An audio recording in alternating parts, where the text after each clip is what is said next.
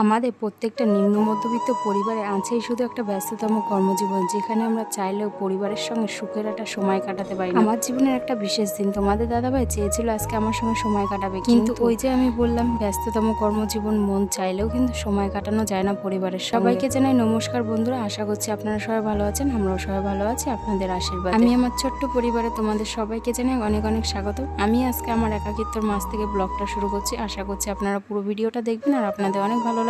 আজ 21শে মে আমার জন্মদিন, কিন্তু সারাদিনটা আমার পুরোটাই একা একা কেটেছে।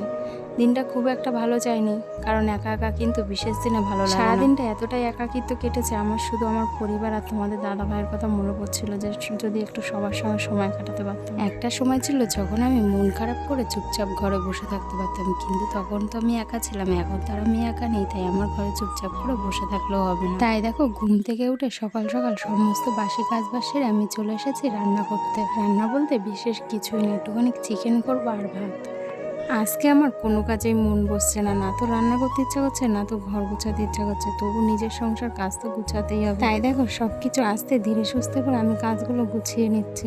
চিকেনটা এনে রেখেছিল তোমাদের দাদাভাই রান্না করবে বলে, কিন্তু ও যেহেতু বাড়িতে নেই, তাই আমি ভাবলাম আমি রান্না করে। রান্না করতে বসে দেখি তেল নেই, তাই ভাবলাম আগে তেলটা ঢেলে নিই, তারপরে মশলাপাতি গুছিয়ে দেখো একবারে ভাতটা বসিয়ে একদিকে মশলাটা করছি আর একদিকে আলুটাও ভেজে নিয়েছি। আমার যেহেতু ছোট বাচ্চা, আমি কিন্তু কোনো সময় একদিকে কাজ করি না, আমি সবসময় দুদিকে কাজ করি, যাতে আমার কাজগুলো তাড়াতাড়ি হয়ে যায়। আলুটা ভাজা হয়ে গেলে তারপরে জিরা আর শুকনো লঙ্কা ফোড়ন দিয়ে পেঁয়াজটা ভেজে তাতে আদা রসুনের পেস্ট সমস্ত রকম গুঁড়ো মশলা দিয়ে একটুখানি ভেজে মাংসগুলো দিয়ে দিয়েছি।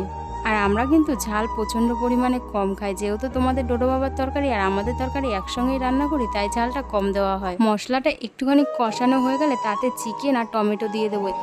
এবার মাংসটা কষিয়ে নিয়ে তার মধ্যে আলু আর মেটেটা কিন্তু আমি একটুখানি কষানোর পরেই দিই। তোমাদের ডোডো বাবা যেহেতু মেটেটা খায়, তাই কিন্তু মাংসটা অর্ধেক কষে গেলে তারপরেই আমি মেটেটা দিই। প্রথমেই যদি চিকেনের সঙ্গে মেটেটা দিই, অতিরিক্ত কষানো হয়ে যায়, যার জন্য তোমাদের ডোডো বাবা পরে আর খেতে চায় না। মাংসটা কষাতে দিয়ে সকালের কিছু বাসন মেজে রেখেছিলাম, সেইগুলো গুছিয়ে রেখে আমি চলে এসেছি আমাদের ঘরটা মুছতে। তোমাদের ডোডো বাবাকে সামলে যেহেতু আমার একা ঘরের সমস্ত কাজ করতে হয়, তাই কিন্তু আমি কোনো কিছু সময় মতন করতে পারি না। আমি যখন যে কাজটা আগে পাই, আমি সেই কাজটাই করে রাখার চেষ্টা করি। আর আমি এইভাবে দুই দিকে কাজ করাতে আমার সময়টাও বাঁচে, আর আমি তোমাদের ডোডো বাবার সঙ্গে একটুখানি সময়ও কাটাতে পারি। আমার ওইদিকে ঘর মুছতে মুছতে এদিকে মাংস কষানো হয়ে গেছে, তারপরে জলটা দিয়ে আমি একটুখানি তোমাদের ডোডো বাবার সঙ্গে সময় কাটাচ্ছি।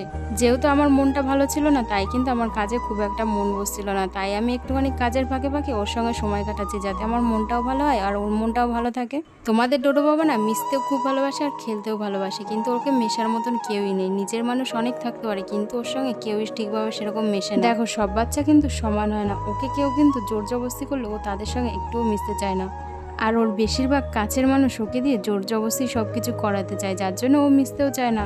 আমরা ওর প্রবলেমটা বোঝার পরে কিন্তু আমি আর তোমাদের দাদাভাই সবসময় ওকে যতটা পারি সময় দিই, যাতে ও কমফোর্টেবল হয়ে থাকে। আর ও যেহেতু খেলতে ভালোবাসে, তাই ওর সঙ্গে আমরাও ছোট হয়ে যাই, তারপরে বাস গাড়ি নিয়ে খেলা করি।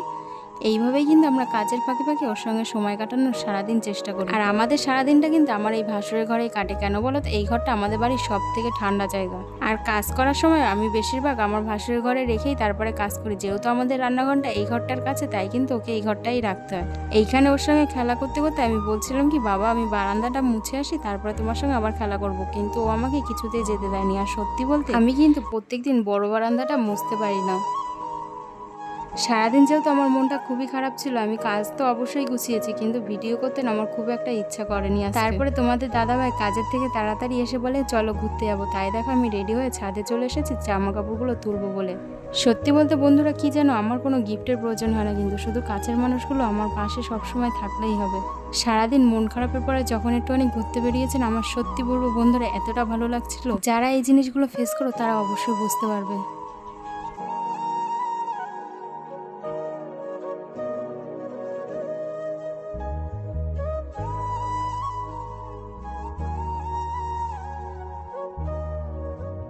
আমাদের এখানে কিন্তু বেশি ঘোরার জায়গা নেই, এই মাঝে মধ্যে কয়েকটা বাচ্চাদের পার্ক আছে, যেখানেই আমরা গিয়ে একটুখানি বসি আর ও খেলাধুলা করে। সেই মতন দেখো, আজকেও তোমাদের ডোডো বাবাকে পার্কে নিয়ে গিয়ে একটুখানি আমরা বসে রয়েছি, ও খেলাধুলা করছে। আর তোমাদের ডোডো বাবার সব থেকে পছন্দের জিনিস হলো এই প্লেনটা। ও কিন্তু এই প্লেনটাই চড়তে খুবই ভালোবাসে, সবকিছুই চড়ে, কিন্তু তার মধ্যেও সব থেকে পছন্দের জিনিস হলো এই প্লেনটা। ওকে যদি জিজ্ঞাসা করা হয় তুই বড় হয়ে কি হবি, ও কিন্তু সবসময় বলে প্লেন চালাবে। পার্কে ঘুরে টুরে দেখো একটুখানি চাইনিজ কাউন্টারে এসে বসেছি বিকালের টিফিন করতে। তোমাদের দাদাভাই বললো যেহেতু তোমাকে কোনো গিফট দিতে পারছি না, চলো তোমার পছন্দের জিনিসই খাওয়াই। আমার কাছে যদি জিজ্ঞাসা করো দুনিয়ার শ্রেষ্ঠ জিনিস কি, আমি বলবো কেউ যদি তোমার পছন্দের গুরুত্ব দেয় সেই মানুষটাই তোমার জীবনের সব থেকে শ্রেষ্ঠ। আর এইখানে এসে তোমাদের ডোডো বাবার কত কাজ দেখো, চেয়ারগুলো এলোমেলো ছিল বলে ও সবকিছু গুছিয়ে রাখার চেষ্টা করছে। একবার দেখো চেয়ারগুলো গুছিয়ে রাখছিল আর একবার দৌড়ে দৌড়ে যাচ্ছিল যে আমাদের অর্ডারটা এসেছে কিনা। ও কিন্তু বুঝতে পেরেছিল যে আমরা এখানে খাবার খাওয়ার জন্য ঢুকেছি।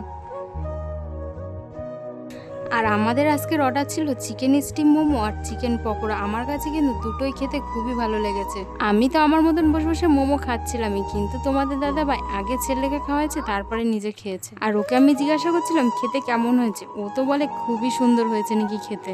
তারপরে ওইখান থেকে আসার সময় কিন্তু আবার চিকেন শাটে নিয়ে এসেছিলাম, যেটা আমরা বাড়িতে বসে বসে তিনজনই খেয়ে নিয়েছি। তারপরে দেখো ঘরের সমস্ত কাজবাজগুলো আবার গুছিয়ে রাখছি। যেহেতু তোমাদের দাদাভাই আসার সঙ্গে সঙ্গে আমরা চলে গেছিলাম, তাই কিন্তু জামা কাপড়গুলো তুলে আমি ঘরেই রেখে গেছিলাম। এখন বাড়ি এসে গুছিয়ে নিচ্ছি। আমি আমার পরিবারের প্রত্যেকটা সদস্যকে জানাই আমার পাশে থাকার জন্য। তোমাদের সবাইকে থ্যাংক ইউ। আর যারা নতুন আমাকে দেখছো তারা প্লিজ আমার ব্লগ ভালো লাগলে আমার পাশে থেকে যে please like share subscribe. Tata.